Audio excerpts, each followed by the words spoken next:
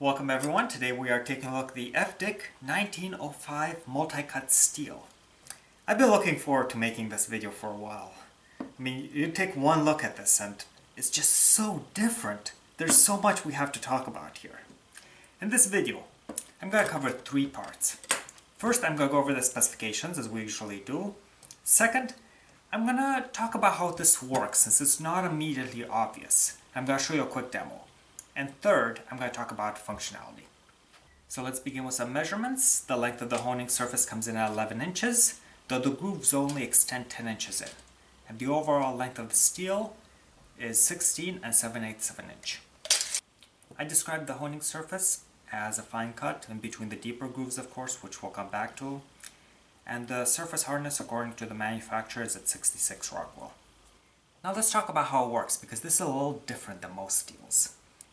So if we have our knife edge over here and we've got a dent, as you pass along your multi-cut steel, the dent will drop into each of these grooves and get flattened out, while the rest of the blade, which is flatter, will get honed on these finer areas of the multi-cut.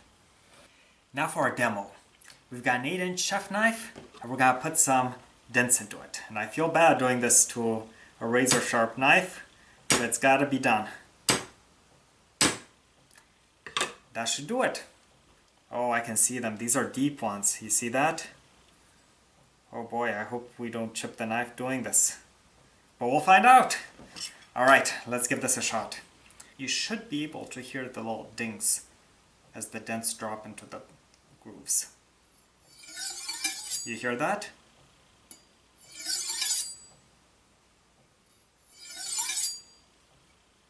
It was smoother on that last pass. So let's do the other side. The other side's all smooth because I didn't dent it in that direction. Let's see how we did. We're getting close, but I think we need 2 more passes on each side. And of course, to use the steel, just hold the knife 15 degrees and try and shave off a little piece of metal from the multi-cut, just like you would with any other honing steel. And go slowly. I slipped up on the angle there, so I'm going to have to repeat it. There we go. I like it. It looks good. Moving on to functionality. The biggest advantage to this steel is that it's fast. I found that with daily use, if I hone my knife every 2 days, I need to do about 2 swipes on each side with the steel to get it back into shape. It's comparable to the results I would get using the FDick Classic, followed by the FDick Micro, 2 swipes on each one. Now of course, with deeper dents like the ones we did in our demo, it's going to take a lot more than 2 passes on each side to get straightened out, but this steel will get it done. And after using the steel for several weeks, I don't see any kind of signs of wears or damage or chipping. Which brings me to the next point. It's more susceptible to damage if you drop it. The reason for that is you've got a steep angle, very, very sharp angle, right in between the surface of the steel and the sharp grooves, right over here at these pointed areas. And this steel, it's coated with a hardened material called Dicron. That's what gives it its high hardness.